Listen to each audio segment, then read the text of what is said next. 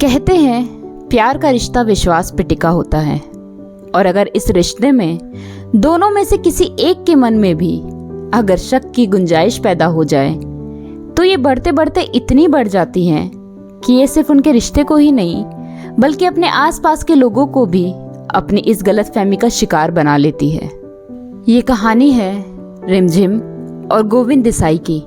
रिमझिम मुंबई के KJ Somaiya college of nursing से अपना बैचलर्स की डिग्री कर रही थी और गोविंद करीबन 27 साल का है और पिछले 2 साल से ऑटो रिक्शा चलाने का काम कर रहा है। हालांकि गोविंद कभी रिक्शा ड्राइवर नहीं बनना चाहता था। दरअसल 3 साल पहले गोविंद ने अपने एक दोस्त के साथ मिलकर एक छोटा सा कपड़ों का बिजनेस शुरू किया था, पर उसी के भरोसेमंद दोस्त ने उसके साथ विश्वासघात किया और बिजनेस में गोविंद के लगाए हुए और कमाए हुए सारे पैसे लेके वो शहर से भाग गया, जिसकी वजह से गोविंद कर्जे में आ गया। गोविंद के पिता भी एक रिक्शा ड्राइवर थे। उनके देहांत के बाद उनका रिक्शा, जो उनके छोटे से घर के बाहर धूल की कई परतों से ढका हुआ था, वो गोविंद का इकलौता सहारा बनता है उसका कर्जा उतारने के लिए और अपनी जिंदगी को फिर से पटरी पे लाने के लिए। वो बरसात के मौसम की बात थी जब एक दिन तेज बारिश हो रही थी और रिमझिम अपने कॉलेज से घर जाने के लिए रिक्शा ढूंढ रही थी। उसने सफ़ेद कलर का कुर्ता पहना था, हाथ में एक काले पट्टे की घड़ी बांधी हुई थी और एक रंग बिरंगे छाता लिए हुए अपने आप को बारिश से बचा रही थी। हालांकि बारिश इतनी तेज हो रही थी कि उसके खुले लंबे बाल काफी गीले हो चुके थे। रिमझिम अपना हाथ दिखा के रिक्शा वाले को रोकने की कोशिश कर रही थी, पर एक भी रिक्शा वाला नहीं रुका। बारिश की वजह से रोड पे भीड़ भी थोड़ी कम हो गई थी। कुछ लोग जिनके पास छाता नहीं था वो रोड के उस तरफ जो सिगरेट की दुकान थी उसके पास जाके खड़े हो गए, बारिश के बहाने एक एक सिगरेट सुलगाने के लिए, और इंतजार कर रहे थे कि बारिश थोड़ी कम हो और सब अपने अपने रास्ते निकले। यहाँ रिमझिम रोड के दूसरे किनारे पे खड़ी है। उसके चेहरे से साफ झलक रहा है कि शायद उसे कहीं जल्दी पहुँचना है। तभी एक स्टड सा लड़का केटीएम बाइक पे तना हुआ रफ्तार में रिमझिम के करीब से बाइक लेके गुजरता है, जिसकी वजह से कीचड़ उड़ के रिमझिम के कपड़ों पे लग जाते हैं। रिमझिम अपने सफ़ेद कपड़ों पे कीचड़ देख के बड़ी गुस्से में आ जाती है और उस रफ्तार में जाते हुए लड़के को कहती है, ओए इडियट।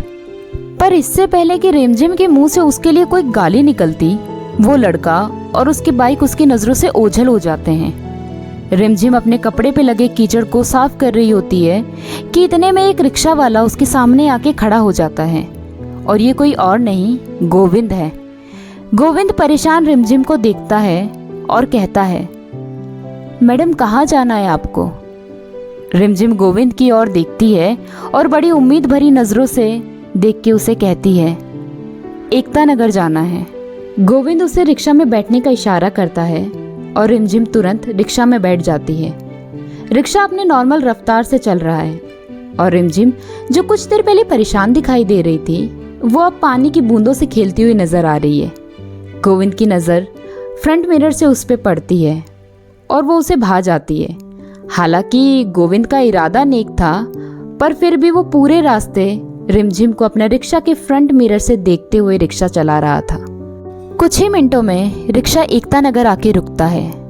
अब बारिश भी काफ़ी कम हो गई है। रिमझिम रिक्शा से उतरती है और अपने बैग से एक 100 का नोट निकाल के रिक्शा वाले को देती है।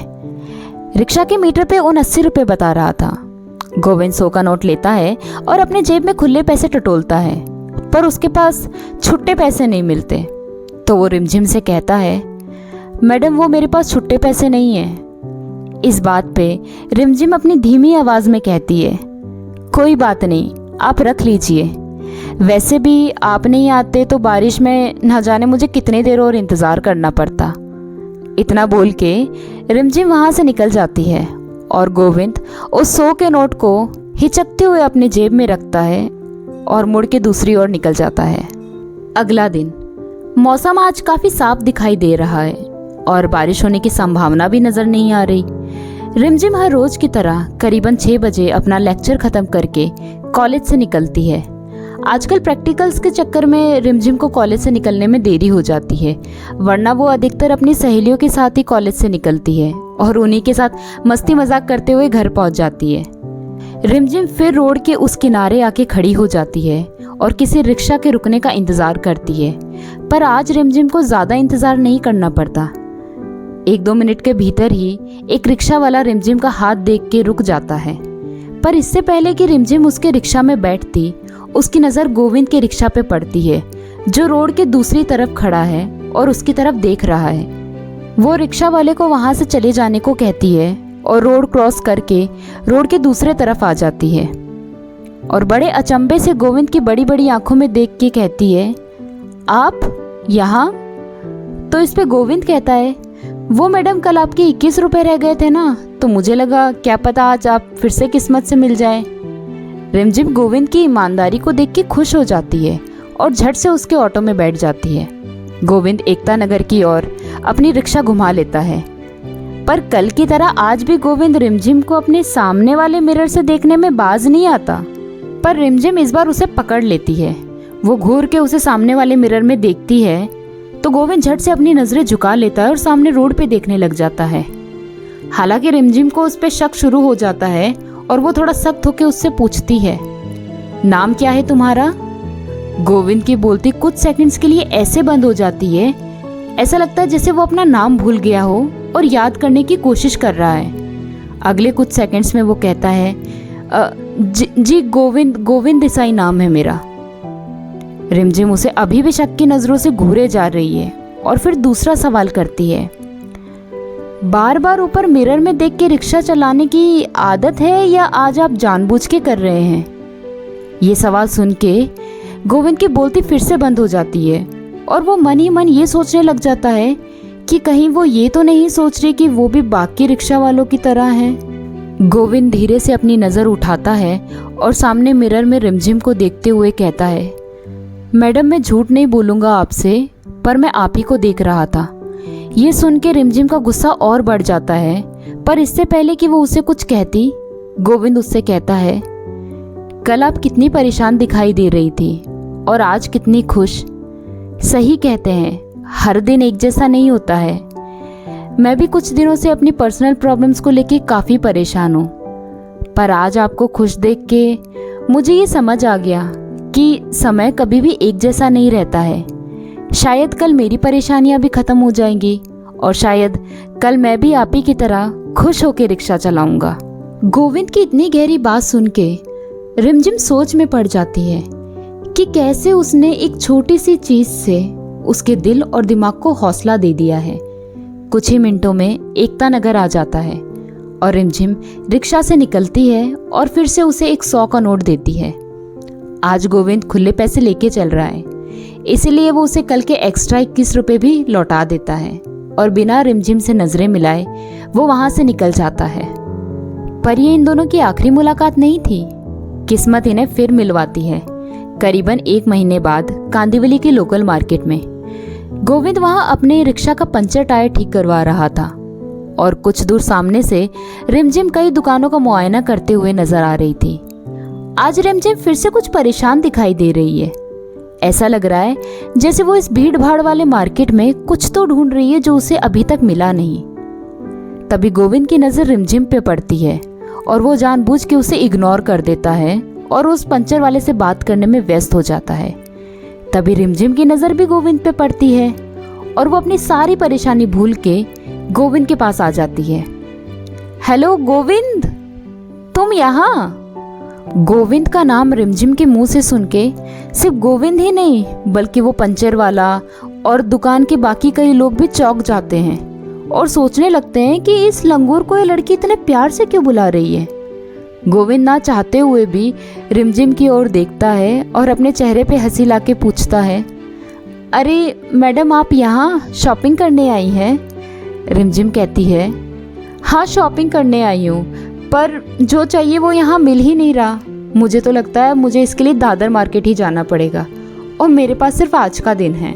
गोविंद रिमझिम की बात सुन के कहता है, मैं कुछ समझा नहीं मैडम।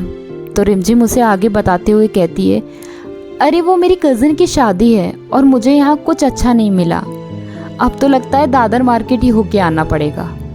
गोविंद के अलावा वो पंचर वाले की नज़र ज़रूर पंचर ठीक करने पे है, पर उसके कान रिमझिम और गोविंद की बातें सुनने में लगे हुए हैं। रिमझिम देखती है कि गोविंद के रिक्शा का पंचर बन गया है और वो पंचर वाला अब टायर फिक्स कर रहा है। तभी रिमझिम बिना झिझक के गोविंद से कहती है, आपके रिक्शा का पंचर बन गया है, क्या आप मुझे दादर मार्केट ले जा सकते हैं? गोविंद झिझकते हुए देखता है कि वो पंचर वाला अभी भी उन दोनों की बातें सुन रहा है। हालांकि गोविंद रिमझिम को मना नहीं करना चाहता, इसलिए वो हल्की सी मुस्कान अपने चेहरे पे लाके उसके साथ चलने को हाँ कह देता है। रिमझिम खुश हो जाती है। गोविंद ड्राइविंग सीट पे बैठे उससे पहले रिमझिम पैसेंजर सीट पे बैठ जाती है। गोविंद अभी भी बाहर खड़ा है, जैसे जमीन ने उसके पांव पकड़े हों। रिमझिम उसे ऐसे भूत की तरह देख के कहती है, अरे क्या हुआ, बैठो, तुम्हारा ही रिक्शा है। गोविंद तुरंत होश में आता है और रिक्शा में बैठ के रिमझिम के साथ निकल जाता है दादर मार्केट की ओर। पिछले दिनों की तरह आज गोविंद ने सामने वाले मिरर से एक बार भी रिमझिम को नहीं देखा, पर आज रिमझिम जरूर उसे देख रही है। तभी रिमझिम उससे सवाल करती है, गोविंद। गोविंद तुरंत सामने वाले मिरर के जरिए रिमझिम को देखता है और हड़बड़ाते हुए कहता है, जी मैडम। रिमझिम उससे कहती है, तुम कब से रिक्शा चला रहे हो? तो इस सवाल का जवाब देते हुए गोविंद कहता है, पिछले 2 साल से। गोविंद रिक्शा की छत और स्टीयरिंग हैंड को देखता है और रिमझिम को आगे बताते हुए कहता है, मेरे बाबा का रिक्शा था ये, उनकी आखिरी निशानी। इस रिक्शा से बाबा ने जो कुछ भी कमाया वो मेरी पढ़ाई और फिर मेरी जिद से शुरू करे हुए बिजनेस में लगा दिया। सोचा था उस छोटे से बिजनेस को बहुत आगे लेके जाऊंगा और माँ बाबा को एक अच्छी जिंदगी दूंगा। रिमझिम बड़े ध्यान से गोविंद की बातें सुन रही है और उसके कांपते हुए होठों की ध्वनि से उसके पीछे के दर्द को भी समझ रही है। गोविंद आगे कहता है, कुछ दिन बाद बाबा गुजर गए और मेरा बिजनेस भी कुछ चला नहीं, उल्टा मैं कर्जे में डूब गया। अब बस उनका ये रिक्शा ही है मेरे और मेरे परिवार के जीने का सहारा। अपने दिल के राज खोलते हुए गोविंद की आंखें भर आती है।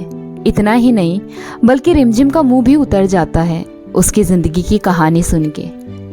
इससे पहले कि गोविंद की आंखों से आंसू ओझल होते, वो उन्हें पोंछ लेता है और एक झूठी हंसी अपने चेहरे पे लाके रिमझिम से कहता है, सॉरी मैडम, मैं भी ना बेवजह अपनी जिंदगी के दुख सुनाने लग गया आपको।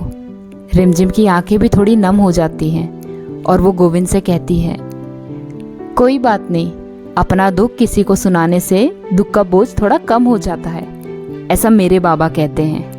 गोविंद अपनी नज़र उठाता है और सामने वाले मिरर में रिमझिम को देख के मुस्कुराता है और अगले कुछ ही मिनटों में वो रिमझिम को दादर मार्केट पहुंचा देता है। इन 3 मुलाकातों में रिमझिम के दिल के किसी कोने में गोविंद के लिए जगह बन जाती है। हालांकि रिमझिम एक वेल टू डू फैमिली से है, पर उसे कोई फर्क नहीं पड़ता कि गोविंद एक रिक्शा वाला है। रिमझिम रिक्शा से निकलती है और उसके मन में एक सवाल आता है कि गोविंद तो उसे यहाँ ड्रॉप करके निकल जाएगा, पर कहीं ना कहीं वो उसे कोई रीज़न दे के रोक लेना चाहती है। तभी वो थोड़ा झिझकते हुए गोविंद से कहती है, गोविंद, वो मुझे अब बस थोड़ी देर का काम है, तो तुम थोड़ी देर रुक जाओगे तो मैं तुम्हारे साथ ही वापस चल दूंगी, तुम्हारा भी भाड़ा बन जाएगा। और वैसे भी अगर कोई सवारी नहीं मिली तो तुम्हें खाली जाना पड़ेगा ना। गोविंद को रिमझिम की बात सही लगती है और वो उसके लिए इंतज़ार करने को तैयार हो जाता है। गोविंद अपना रिक्शा पार्किंग एरिया में लगा देता है जहां बाकी रिक्शा वाले खड़े हैं। करीबन 1 घंटे से ऊपर हो गया है और गोविंद अभी भी रिमझिम का इंतज़ार कर रहा है। उसी पार्किंग में गोविंद का एक जान पहचान वाला रिक्शा मंडली का दोस्त मिल जाता है। वो गोविंद से हाय हेलो करता है और उससे पूछता है कि वो यहाँ क्या कर रहा है। दरअसल गोविंद ज़्यादातर मीरा रोड से अंधेरी के रूट की सवारी ही बिठाता है। कभी कभार अगर दूर की सवारी मिल भी जाए तो वो मना कर देता है, क्योंकि उसे कई बार बिना सवारी के लौटना पड़ता है इतनी दूर से। इससे पहले कि वो अपने दोस्त को कोई जवाब देता, उसे पीछे से रिमझिम की आवाज़ आती है, गोविंद। गोविंद के अलावा उसका दोस्त और वहाँ खड़े बाकी रिक्शा वाले भी रिमझिम की ओर मुड़ के देखने लग जाते हैं। तभी उसका दोस्त उसका मजाक बनाते हुए पूछता है, कौन है ये जो तुझे तेरे नाम से बुला रही है? हमें तो केवल लड़कियों ने आज तक भैया या अंकल बोलकर ही बुलाया है। ये बात सुन के वहाँ खड़े सारे रिक्शा वाले गोविंद पे हंसने लग जाते हैं। गोविंद को उनकी हंसी सुन के बहुत गुस्सा आता है।